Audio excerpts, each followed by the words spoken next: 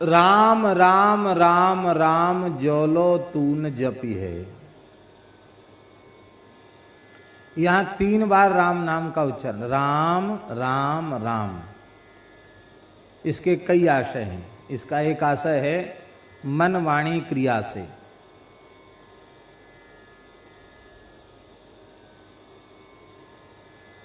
एक आशय है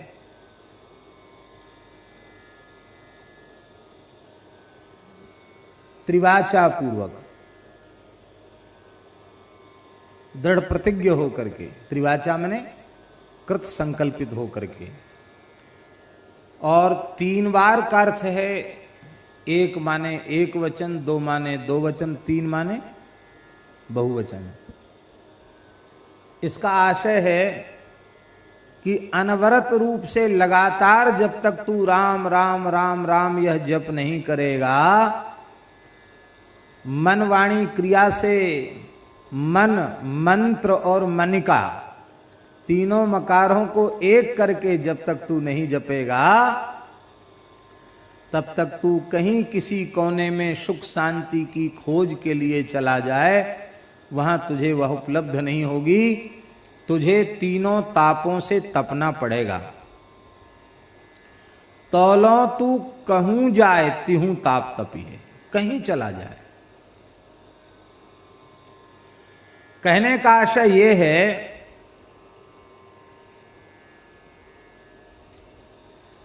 कि सुख प्राप्ति का संकल्प लेकर राम नाम को छोड़कर जो भी कोई अन्य साधन तूने मान रखा है, समझ रखा है,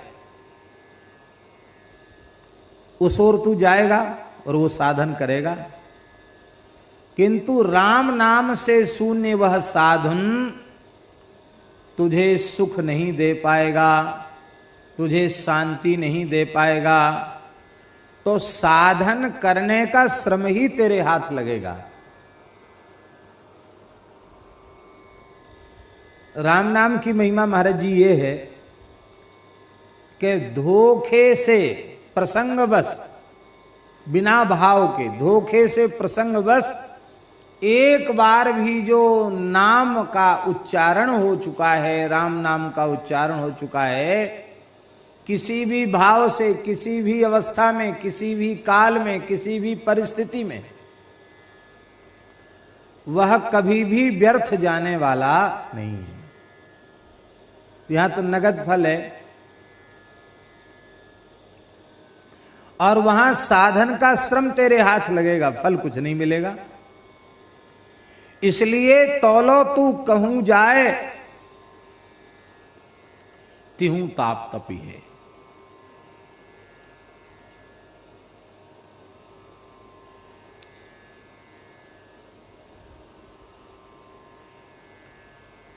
गोस्वामी तुलसीदास जी महाराज विनय पत्रिका के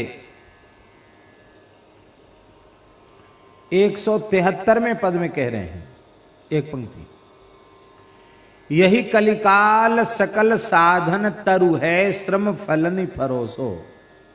गोस्वामी जी के शब्द हैं। इस कलिकाल में संपूर्ण साधन रूपी जो वृक्ष है,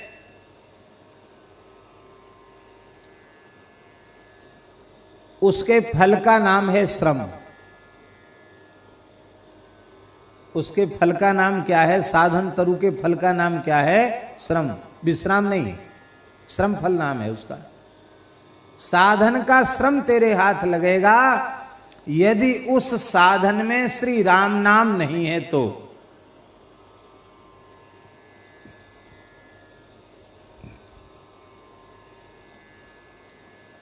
एक जगह गोस्वामी विनय पत्रिका में कह रहे हैं, मिटे न दुख विमुख रघुकुल वीर। राम जी से विमुख तेरा दुख कभी मिटने वाला नहीं है। कीजय जो कोटि उपाय त्रिविध ताप ना जाए। करोड़ों उपाय कर ले, तेरे त्रिविध ताप की निवृत्ति बिना श्री राम के नाम के आश्रय के संभव नहीं है। अब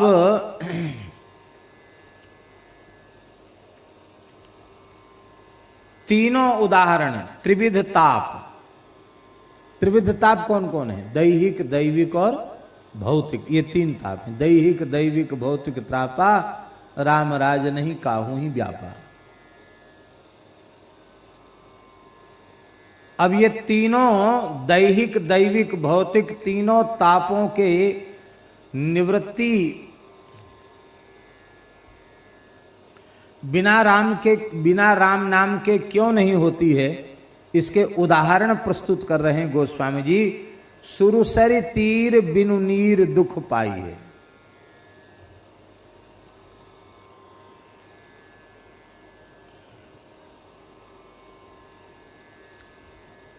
गंगा जी की महिमा पुराणों में बहुत है, बहुत महिमा है गंगा जी की। गंगा जी जल नहीं है, पिघला हुआ परमात्मा है, ब्रह्म है। ब्रह्मद्रवेत विख्याते पापम मेहर जाह्नवी। द्रवीभूत बहता हुआ ब्रह्म है श्री गंगा जी। भगवान और गंगा जी में भेद नहीं है। जैसे भगवान कहीं भी प्रकट हो जाते हैं, ऐसे गंगा जी भी कहीं भी प्रकट हो जाती। महात्माओं की तपस्या के प्रभाव से गंगा जी प्रकट हो जाती। पौराणिक युग में नहीं, इस युग में भी। जामनगर में, गुजरात जामनगर में एक भक्त के यहाँ नीचे भोंयरे में, गुफा में, जिसको आजकल बेसमेंट कहते हैं, उसमें सदगुरु श्री रणछोड़ दास जी महाराज अनुष्ठान कर रहे थे, भजन कर रहे थे।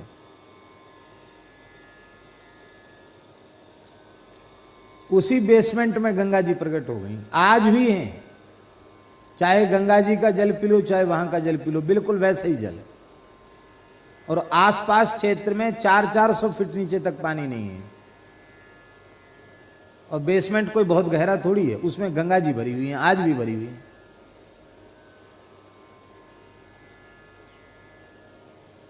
ये तो बहुत पुरानी घटना नहीं है। यह मिस्त्री कह रहे हैं कि ये तो कोई 100 साल पुरानी घटना नहीं है।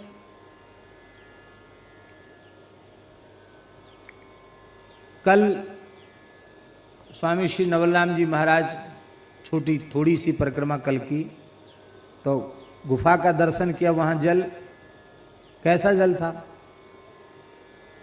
ऐसे लगता है एकदम गंगा जल है। और कल से आज में तो शोभा और विलक्षण थी। आज बहुत जोर का झरना झर रहा था,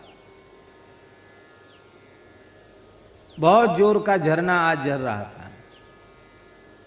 तो हम तो सवेरे ही गंगा जी चले गए प्रार्थना के बाद, और कम से कम 1-1.5 घंटा गंगा जी की धार में बैठे।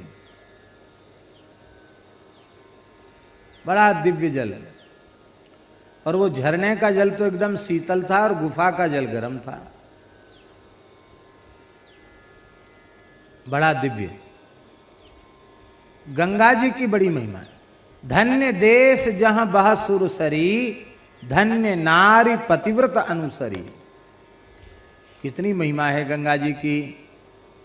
गंगा जी का दर्शन नहीं, स्नान नहीं, गंगा गंगेतियो ब्रूयात योजनानां शतैरपि मुच्यते सर्व पापेभ्यो विष्णुलोकम स गच्छति।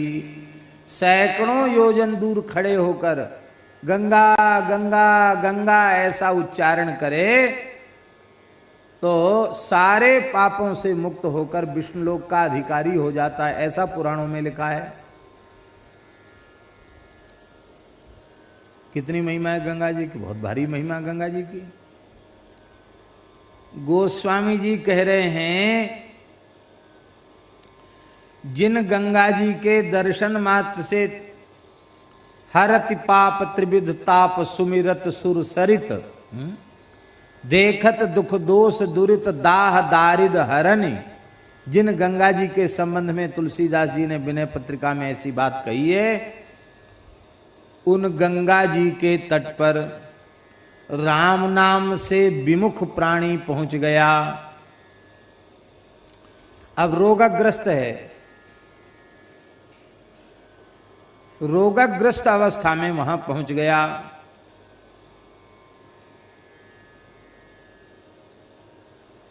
इसलिए पहुंचा था कि अब तो मरना ही है, मर जाएंगे वहां जाके। लड़खड़ाया, गिर पड़ा, प्यास लगी।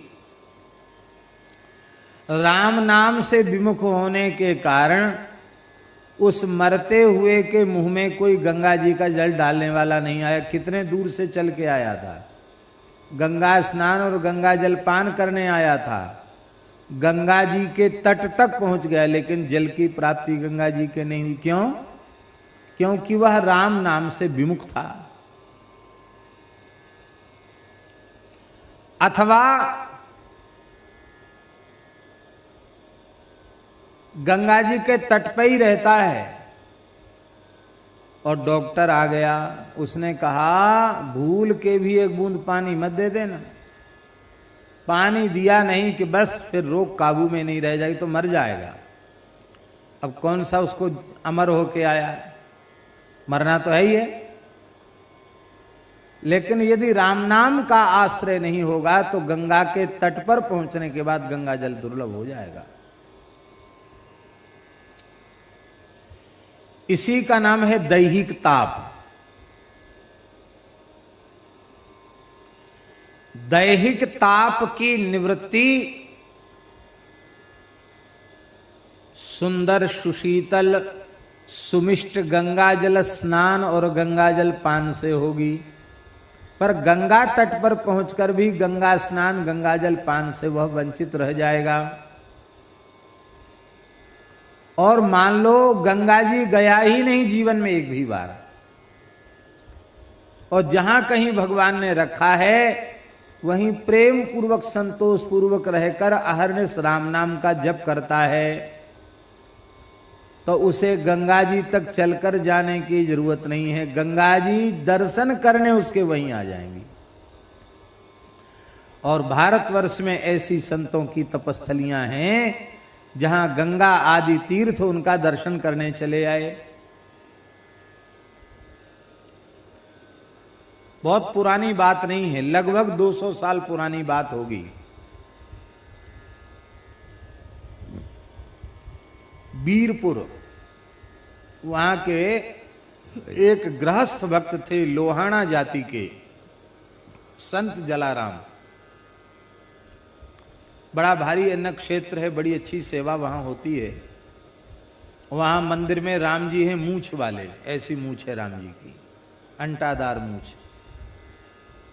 लक्ष्मण जी की भी बड़ी सुंदर मूछ है।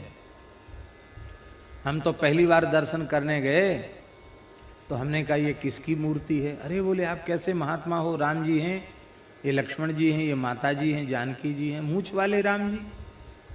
तो एक सज्जन बोले कि वो लोहाना क्षत्रिय थे, इसलिए क्षत्रियों की पहचान है मूछ, इसलिए अपने जैसे जैसे पुजारी वैसे देवता। तो ठाकुर जी की सुंदर मूछ बनाई हुई है उन्होंने।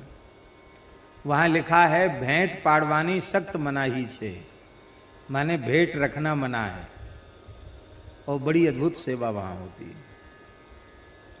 तो संत जलाराम जी, जलाराम बापा बहुत संत सेवा करते थे, अतिथि सत्कार करते थे। और उनके यहाँ एक सेवक था, पटेल जाति का था, बड़ा अनन्य भक्त था बाबा का, जलाराम बापा का, वहाँ सेवा करता था। अब सेवा जहाँ होती है वहाँ काम इतना बड़ा होता सेवा का कि सेवा करने वाले को फुर्सत नहीं मिलती। तो जलाराम जी भी सेवा में व्यस्त रहते, उनका सेवक भी सेवा में व्यस्त रहता, उनकी पत्नी भी वीराबाई वो भी सेवा में व्यस्त रहती। संतों की जमातें आती रहती, तो संतों से सुन सुनकर उस पटेल भगत के मन में एक इच्छा जग गई कि मैं तो कहीं गया ही नहीं किसी तीर्थ यात्रा में, मैं कम से कम ज़्यादा नहीं तो तीर्थराज प्रयाग तो हो ही आऊँ, त्रिवेणी संगम में गोता लगा के आऊँ एक बार, जीवन नहीं तो ऐसे ही चला जाएगा। वो जलाराम जी से पूछे महाराज मन है कि हम प्रयाग में जाकर त्रिवेणी स्नान करके आवें। जलाराम जी ने कहा देखो, संतों के चरणों में 68 करोड़ तीर्थ होते हैं, और जो भी संत इधर द्वारिका की यात्रा के लिए जाते हैं, सोमनाथ की यात्रा के लिए जाते हैं, वे सब सहज कृपा करके दर्शन देते हैं।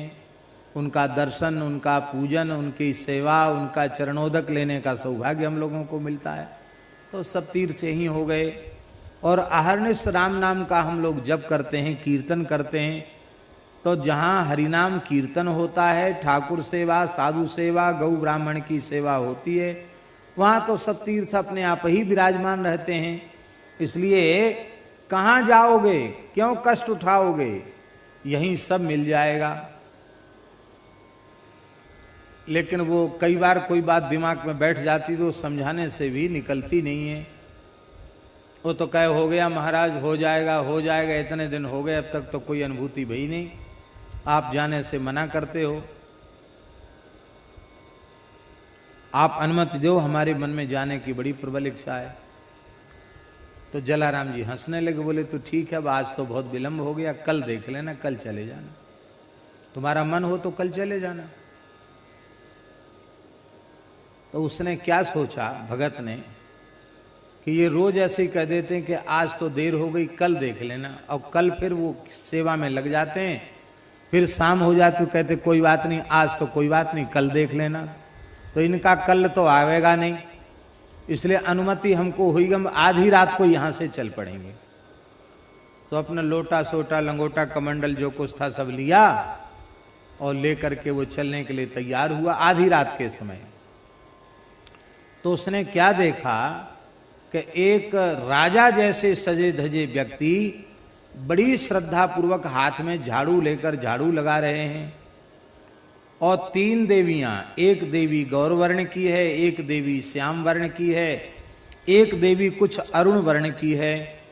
वो झाड़ू लगाने, पानी सींचने और जल भरने में वो तीनों देवियां लगी हुई हैं। उससे बड़ा आश्चर्य हुआ कि हमने तो आज तक न इस व्यक्ति को देखा, न इन 3 देवियों को देखा, ये हैं कौन? तो उसने पूछा कि अरे भाई सब बंद है, तुम कहाँ से आए, कौन हो? उसने कहा महाराज भगत जी, हम तीर्थराज प्रयाग हैं। अरे प्रयाग तीर्थराज? बोले हाँ। ये देवियां कौन है? बोले इन्हीं से पूछ लो। उसने प्रणाम करके पूछा आप कौन हैं? जो गोरे रंग की देवी थी बोली हम गंगा जी हैं, जो श्याम वर्ण की देवी थी बोली हम यमुना जी हैं, जो अरुण वर्ण की देवी थी बोली हम सरस्वती जी हैं। आप यहाँ क्यों आती हैं? कहते देखो, सब जीव अपने पाप छोड़कर पवित्र होने हमारे जल में आते हैं, पर ऐसे राम नाम जापक साधु सेवी के यहाँ आकर हम पवित्र हो जाते हैं, इसलिए हम जलाराम जी के यहाँ नित्य सेवा करने आते हैं।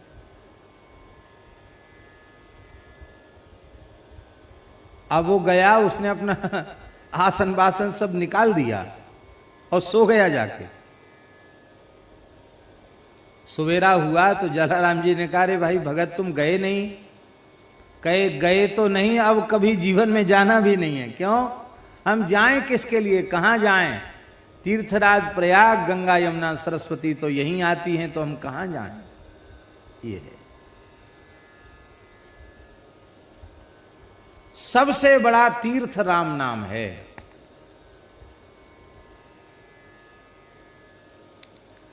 सबसे बड़ा तीर्थ इसलिए हरि नाम है क्योंकि तीर्थों में जब हम स्नान करते हैं तो हमारे पाप नष्ट हो जाते हैं, पर हमारे पुण्य नष्ट नहीं होते, पुण्य बढ़ते हैं, पाप नष्ट होते हैं और पुण्यों की वृद्धि होती है।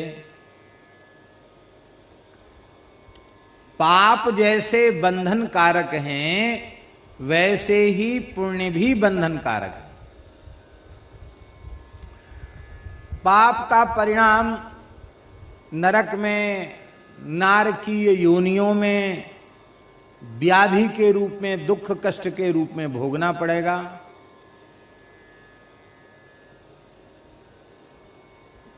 तो पुण्य का परिणाम भी सुख के रूप में, लौकिक भोगों के रूप में और स्वर्गादि लोकों में प्राप्त होने वाले भोगों के रूप में भोगना पड़ेगा।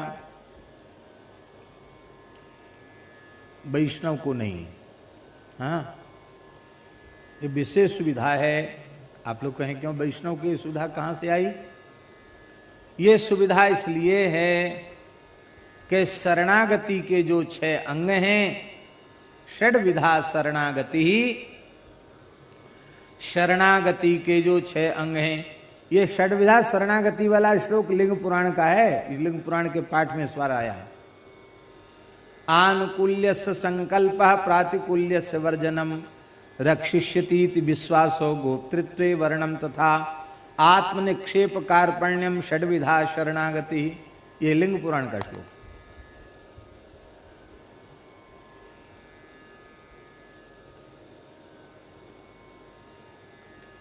वैष्णव शरणागत कौन है?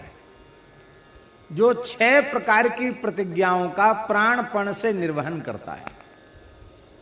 शरणागति के 6 अंग हैं। खाली शरण में हैं और शरणागत हैं इतना कहने मात्र से नहीं होगा, उनके अंग हमारे जीवन में होना चाहिए। पहला अंग है शरणागति का अनुकूलता का संकल्प।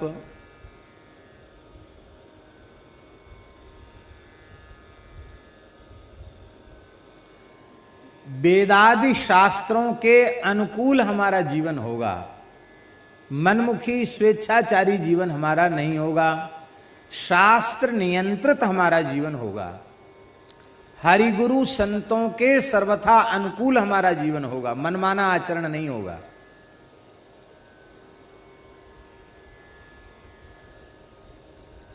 अब अनुकूल संकल्प करता है, पुण्य कर्म पवित्र कर्म करता है और करने के बाद उसका पुण्य अपने पास नहीं रखता है। तब क्या करता है? हरि ओम तत्सत ब्रह्मार्पणमस्तु श्री रामार्पणमस्तु श्री कृष्णार्पणमस्तु श्री नारायणार्पणमस्तु। भगवान को अर्पित कर देता है। तो पुण्य का बंधन तो नहीं रहा। और प्रातिकूल्य सवर्जनम, प्रतिकूल कर्मों का, निषिद्ध कर्मों का त्याग कर देता है।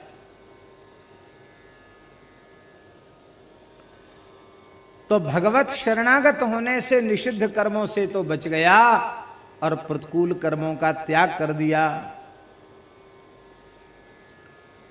और विहित कर्मों का अनुष्ठान करके उसका पुण्य भगवान के चरणों में निवेदित कर दिया। तो इस प्रकार का जो भक्त होता है वो बंधन से युक्त नहीं होता, बंधन से मुक्त होता है। और सामान्य जो विमुख प्राणी हैं उन्हें पुण्य पाप का परिणाम भोगना ही पड़ता है। पर महाराज जी, राम नाम रूपी महान तीर्थ ऐसा है, इसमें कोई स्नान कर ले तो पाप तो जल ही जाते हैं, जो पुण्य हैं वो भी जल जाते हैं। और पाप पुण्य दोनों जलेंगे नहीं तब तक संस्कृति के चक्र से जीव मुक्त नहीं होगा, तब तक जीवन मुक्ति का अनुभव नहीं होगा। इसलिए श्री सहजोबाई की साखी है, सहज श्वास तीर्थ बहे। तीर्थ माने नाम, राम राम। सहज श्वास प्रश्वास के क्रम से राम नाम चल रहा है। सहज श्वास तीर्थ बहे, सहजो जो को न्याय। जो कोई उस सहज तीर्थ में स्नान करता है, पाप पुण्य दो जरे हरिपद पहुँचे जाए। इस तीर्थ में नहाने से केवल पाप जलेंगे, पुण्य नहीं जलेंगे। और राम नाम रूपी महातीर्थ में गोता लगाने से पाप पुण्य दो जरे हरिपद पहुँचे जाए। जब तक पाप पुण्य दोनों समाप्त नहीं होंगे तब तक देह बंधन की निवृत्ति नहीं होगी, तब तक मुक्तावस्था की अनुभूति नहीं होगी। देखो, भगवान ने महारास के आरंभ में बंसी बजाई और गोपी दौड़कर भगवान के निकट पहुंची। तो किसी गोपी के पति ने उसको कुंडी लगा के, कबाड़ा लगा के, सांकल बाहर से लगा के ताला लगा दिया और कहा देखते हैं, कुंडी लगा दी, ताला लगा दी, अब देखते हैं कहाँ से भाग के जाती है। अब बेचारे को कोठरी में बंद कर दिया। तो भगवत मिलन में जो बाधा उत्पन्न हुई, उससे उस गोपी को तीव्र विरह का अनुभव हुआ।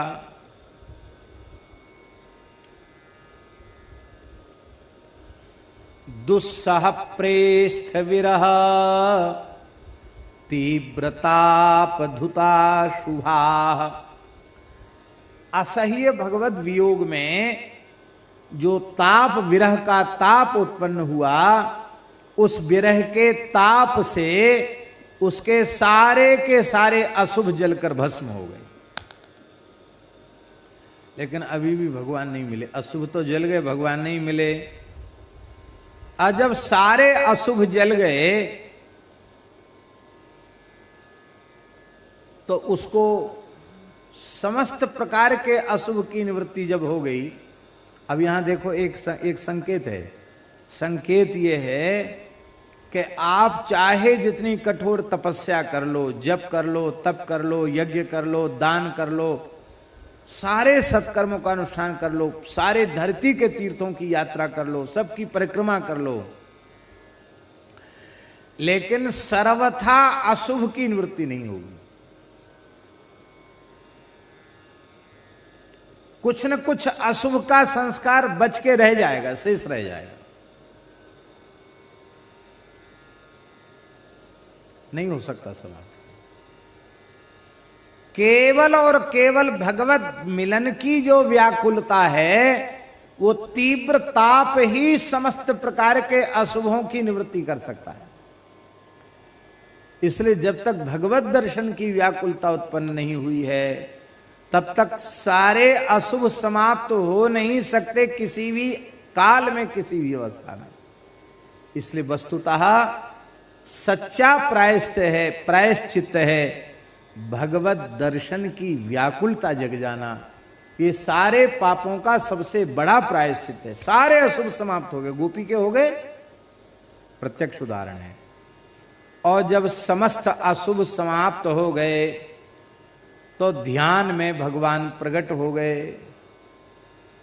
जैसे ही भगवान प्रकट हुए तो प्राप्ताच्युताश्लेष, अच्युत श्री कृष्ण का आश्लेष आलिंगन उसे प्राप्त हुआ। और जब भगवदालिंगन ध्यान में उसने किया तो भगवदालिंगन में जो उसे सुख मिला, वो सुखों की चरम सीमा, उस अथाह असीम अनंत सुख को प्राप्त कर लिया उसने भगवान का आलिंगन प्राप्त करके। तो उसके सारे के सारे शुभ भी समाप्त हो गए। विरह से तो अशुभ समाप्त हो गए और ध्यान में भगवान के आलिंगन से शुभ समाप्त हो गए। और जब दोनों शुभ अशुभ दोनों की निवृत्ति हो गई तो गोपी को सिद्ध देह प्राप्त हो गया। जो गोपियां चल के गई वो तो पीछे से पहुंची, और जिसको तारे में बंद कर दिया था कुंडी लगा के, वो सबसे पहले ठाकुर जी के चरणों में पहुंच गई। उनको चल के नहीं जाना पड़ा, वो तो एक क्षण में पहुंच गई।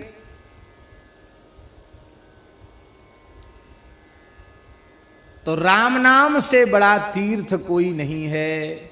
यदि आप राम नाम, हरि नाम, कृष्ण नाम नहीं जपते हैं तो गंगा, यमुना आदि पवित्र नदियां भी तुझे पवित्र नहीं कर पाएंगी। और भले ही तू एक भी बार गंगा जी नहीं गया है, पर जहां कहीं भगवान ने तुझे रखा है वहीं रहकर अहरनिश हरि नाम का जप करता है, तो गंगा आदि पवित्र नदियां भी तेरे दर्शन करने आ जाएंगी। ऐसी महिमा है श्री नाम की।